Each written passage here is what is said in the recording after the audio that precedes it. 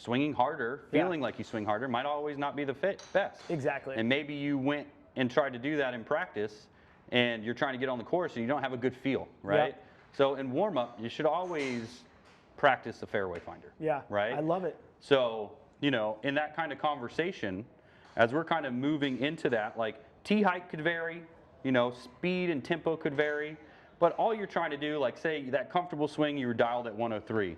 I would assume your fairway finder's probably going to be like 97, 98. Okay. But it's just one of those things where you're just trying to find the tempo, and you're not trying to rip at it. It's just this nice, comfortable swing you're trying to put out there, right? Yep. So in that kind of conversation, I have varied tee heights, so you might end up liking something a little different.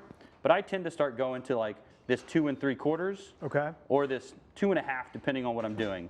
The 2 1/2, you know, I don't know if you guys have been out to Bandon.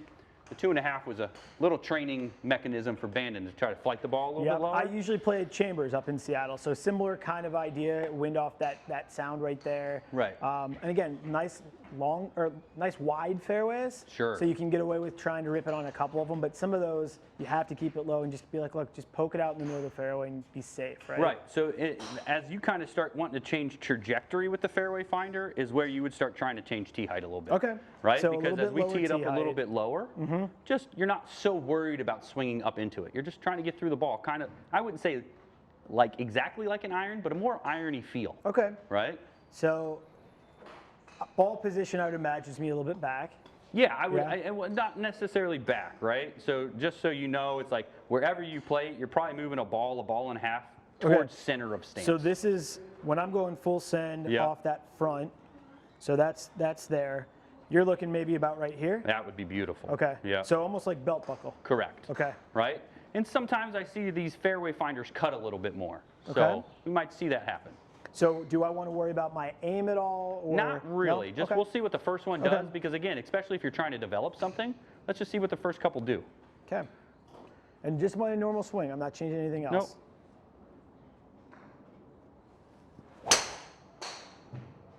I mean, I took off a lot because I was like, I just want this to get in the middle. But you can see that thing hit and I think it hit probably about 195 and rolled to like 230. And you were swinging at 96, almost on the money. And one of your good swings earlier, you produced a 152 ball speed. Yeah. That was only a 150 or 142 ball speed. Okay. So it just slowed down a little bit. Ball speed slowed down. Club head speed slowed down. But the ball stayed absolutely dead straight. Again, and that's fairway finder, right? Exactly. That's what you want. That's all we're looking for. So with that, you know, is there like knowing my numbers right now? I mean, again, we haven't hit a ton of balls out here, but you can kind of have an idea of 106, or not 106, 105 is kind of my full send. Correct. Is there a target on this that I should kind of think in my head, all right, a fairway finder be about 100 or 96 or 98? I would think that would be beautiful. If you were trying to cruise like at 100 miles an hour, if you're pretty good at 105, right? That would be a beautiful like change in tempo there. Okay, so that one I took off.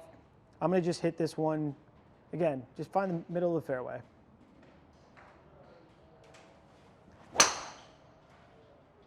That's kind of what we expect sometimes. Did that feel centered, or did that feel a little heely? It felt a little bit off the heel. Okay. Again, 93 in terms of club head speed. Yeah, and probably that spin is probably from that heel strike. Yeah, Right? So if I can get that center face, that's about what I'm looking for. Center face, or even, what's your tendency of your cut? Are you more of a cutter or a draw player? No, a draw player. Okay, so so then that heel strike probably isn't the worst thing. Yeah. Just because it'll kind of straighten out your shot if you had that tendency to hit that little bit more draw in that slower tempo. Okay, so get it center. And I'm still using, you know, Ashley told me about bringing that shoulder. I'm still using that even though I'm not trying to launch this thing. Yeah, let's just say, you know, in this conversation, I wouldn't even be so worried about that, because that was kind of helping you kind of move the club straighter and even create a little bit of a mini tilt as you did that.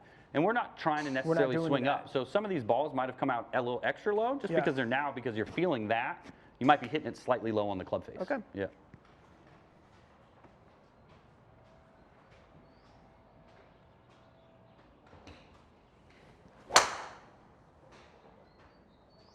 Still tailing a little bit. That one actually felt good. Again, I'm on the right side of, I got a good kick there. Yeah. On the right side of the fairway. if that's what I'm looking for. It's not dead center, but No. these are safe shots. I'm not trying to kill. I mean, these are 95 mile per hour club head speed. Exactly. If I know that I can get this, and that's 179 carry, so probably about 200. Again, I'm taking a lot off, but it's more than I can hit my 5-iron. It's probably I trust this more than hitting, say, like a 3-wood or even like a hybrid. So this is a really good, safe go-to shot. Exactly. And, and that goes back to the tendencies, right? If you do the Fairway Finder and it cuts a little bit more on you, maybe you're doing the Fairway Finder where you're just aiming down the left side. Do not aim outside the left side of the green, or the fairway, right? Because if you do hit it straight, we don't want to put you in trouble from that. Exactly. Right? So, but if it goes straight, you're down the left side. If it cuts a little bit, you're working back to middle or right side, worst case scenario. So give me a target of, say the 200 sign or the yellow flag here, or even that blue flag in the back. Like, give me a target to say, Nick, this is where you need to put, Nick, this is where you need to put your fairway finder, knowing that, say it's like a dog leg right? So you have to be on the left side, or say it's a dog leg left and we have to be on the right side. Give me that so I can kind of practice and visualize where I need to put this ball. Let's go for the 200-yard mark. 200? Yeah, I think that's a great target. So we're playing like a dog leg in. I need that angle coming across.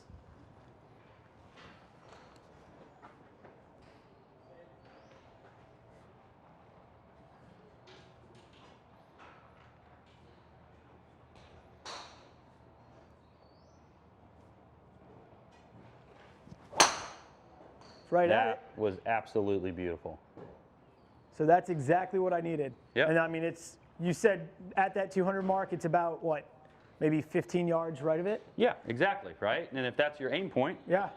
94 club head speed, 140 carry, and it rolled out to about that 200 mark. Yeah, exactly. And if we're hitting that shot into the fairway, that lower trajectory, a little bit less spinnier shot, that ball is going to end up rolling for days. Exactly. Right? So you might land it at 180, 190, but it's still going to go 230, 240 most likely, unless it's going uphill or landing in rough. Exactly. Right? So while my buddies try and crush it, and they're out in the trees or in the water, I can say, look, here's the fairway finder Robert showed me. Middle of the fairway, step up, hit it on the green, go for birdie, right? Yes, sir. Awesome, man. Love it.